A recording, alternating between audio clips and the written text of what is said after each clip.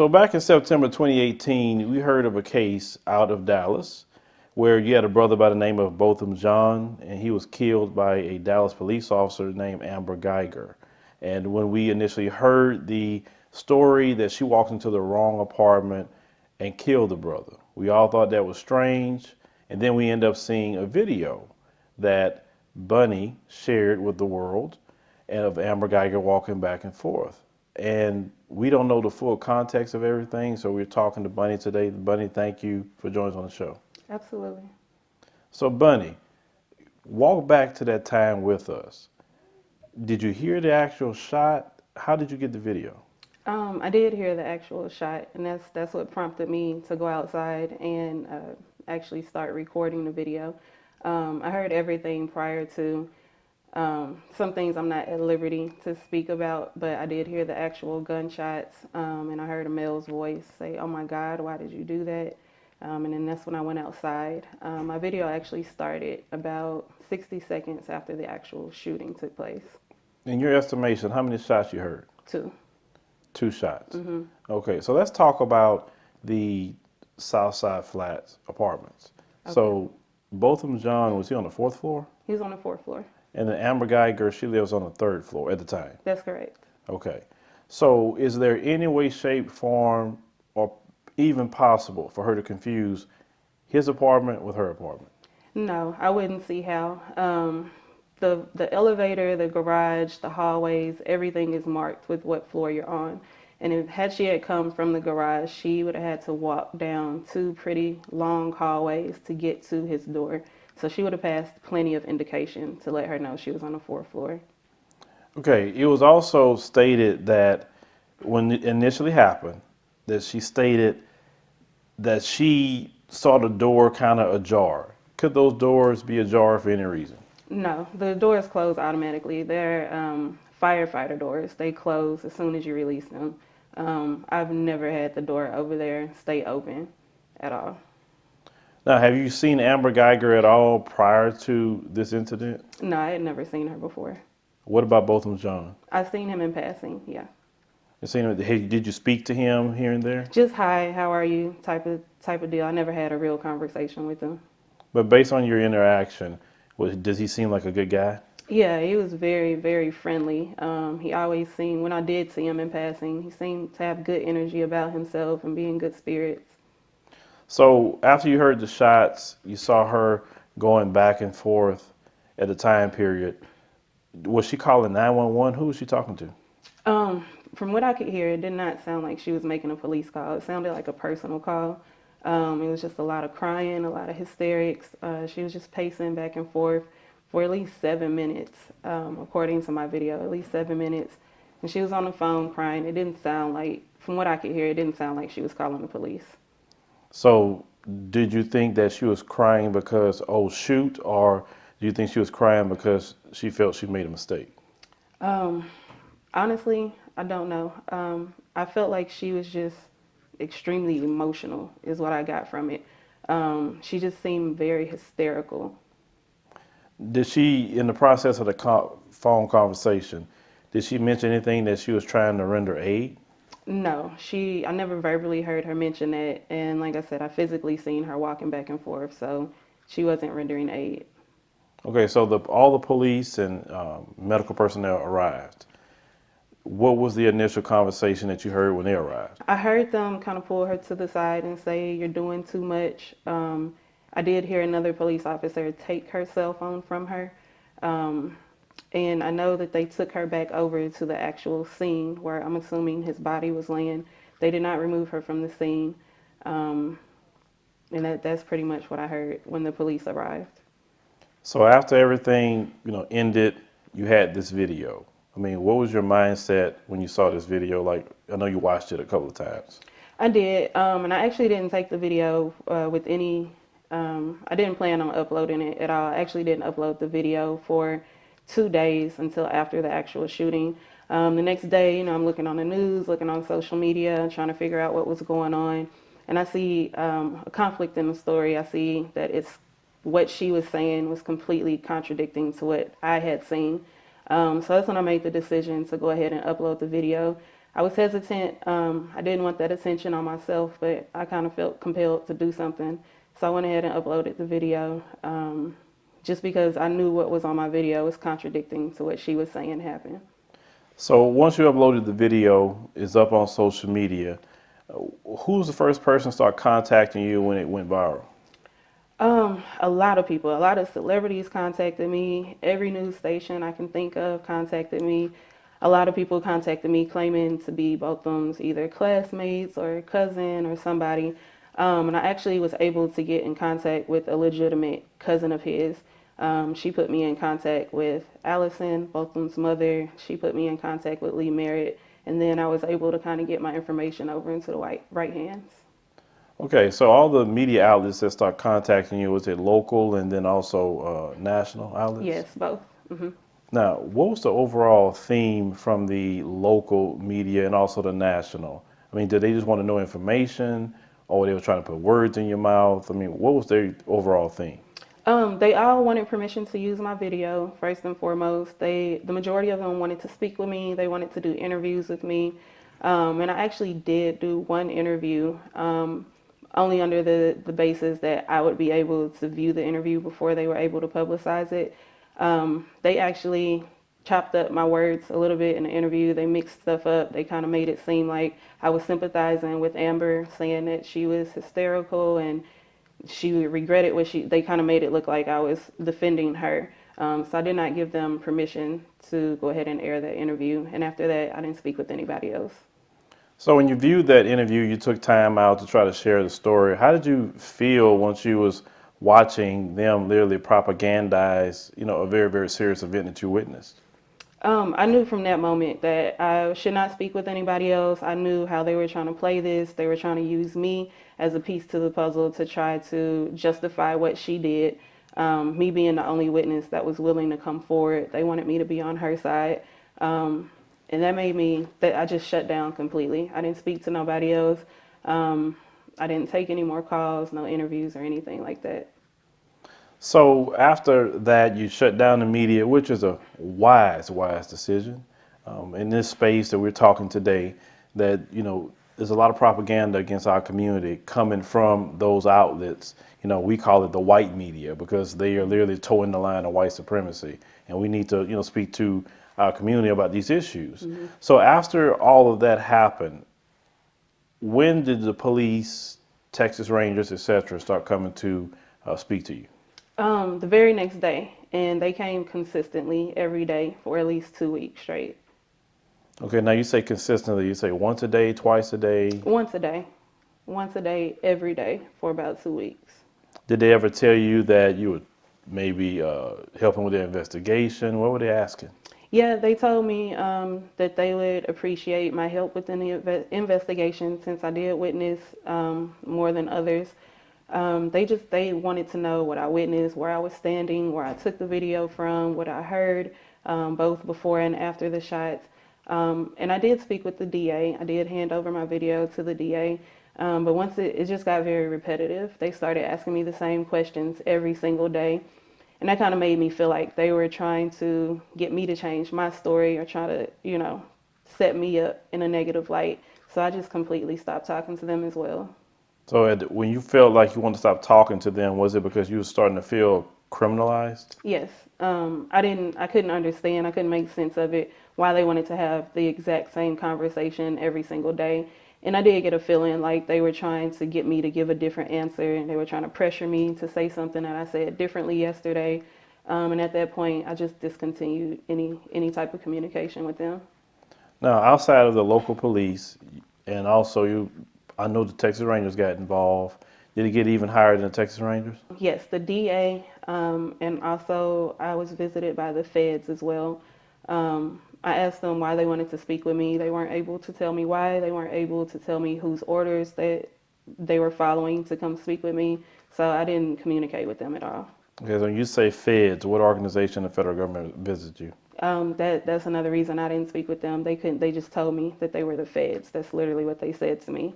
And I knew at that point, you can't even tell me, what branch you're working for. I'm not speaking with you. Okay, so they didn't identify themselves as Federal Bureau of Investigation, Homeland Security, nothing. They just said, I'm the feds. Yep. Now, and how did they show up in your home? How were they dressed? They had on suits. They had on black business suits.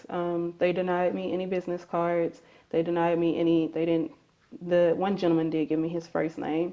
They wouldn't tell me their last names. They didn't have any information.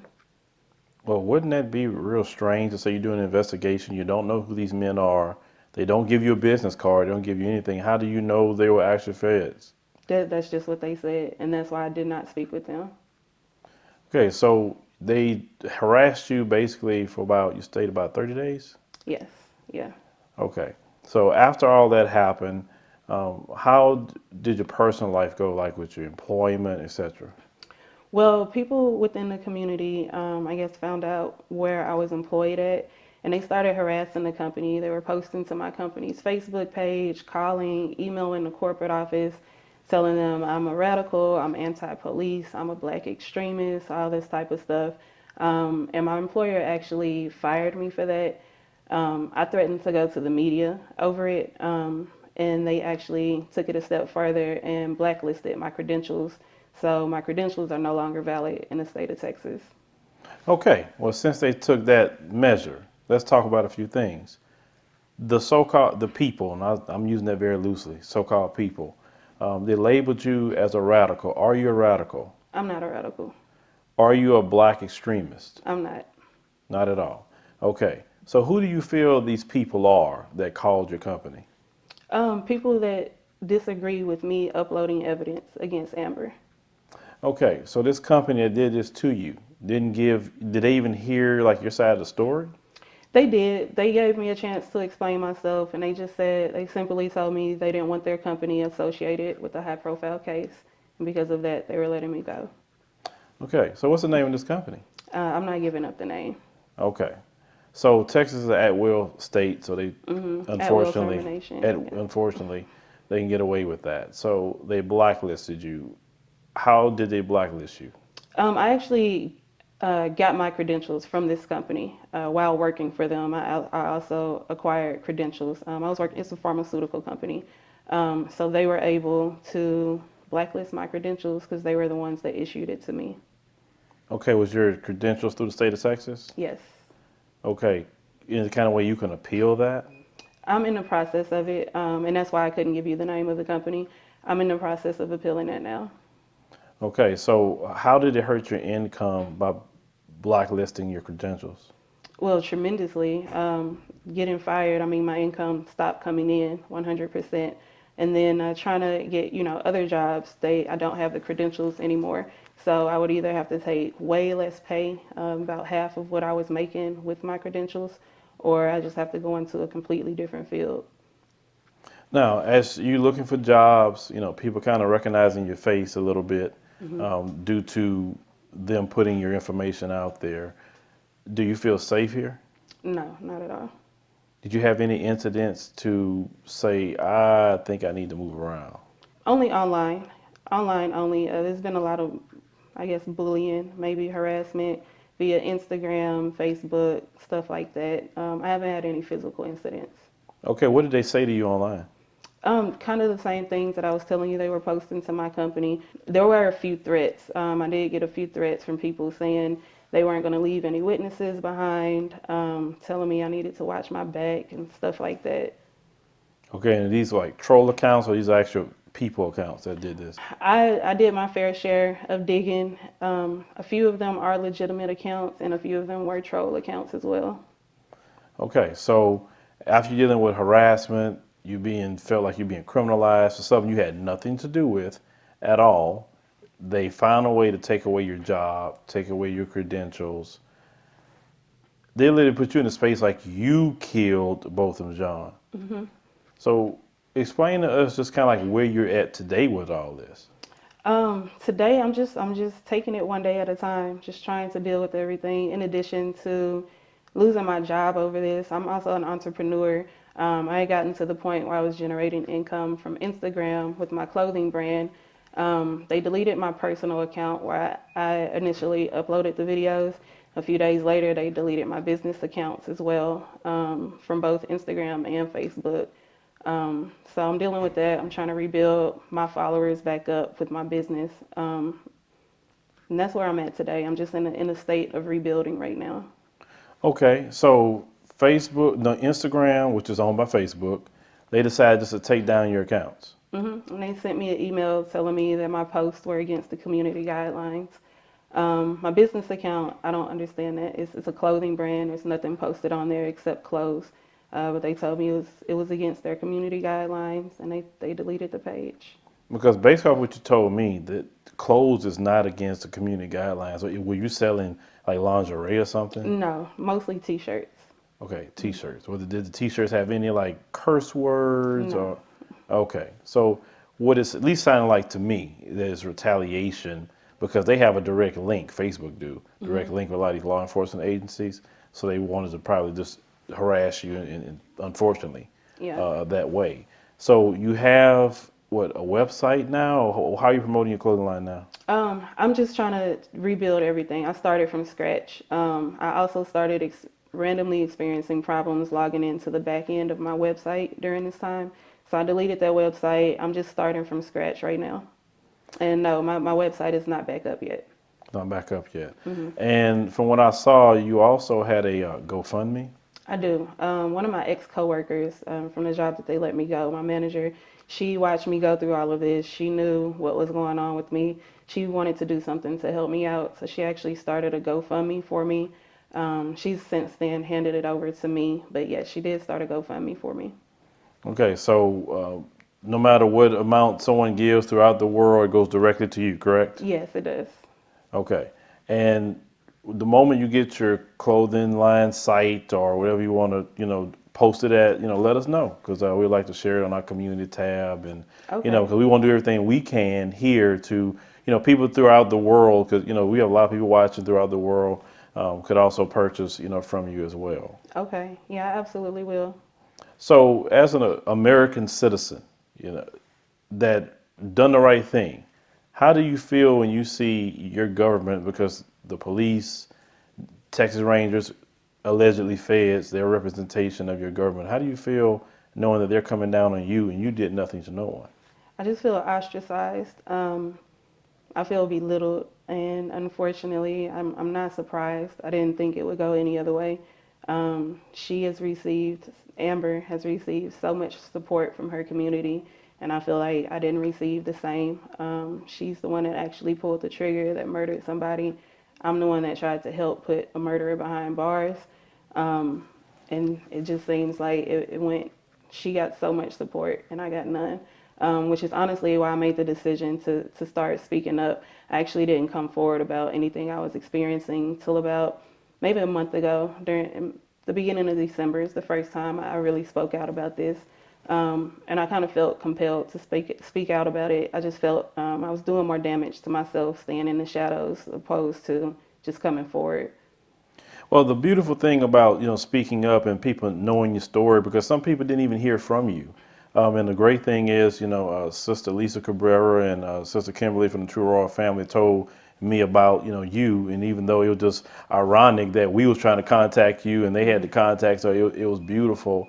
But we interviewed Sister Melissa McKinnis in St. Louis with, about her son, Donye Jones, and the community came out in great support. So I believe that the community would do that again. I believe that too. And yeah, that's another reason I didn't want any attention from this. It's not what I did it for. But I had to kind of humble myself. I needed help, so I decided to speak out. Yeah, I know we so used to doing things on our own as Yes. a community, and say, oh, I got it, and being so strong. But sometimes we need help from others, say, hey, brother, sister, it kind of help, can you help us out, and, Yeah. and we need to do that. So, I definitely encourage that, we try to do much as possible, here as a, platform, but, we definitely, in support of you. We definitely in support of, any future endeavors that you want to do.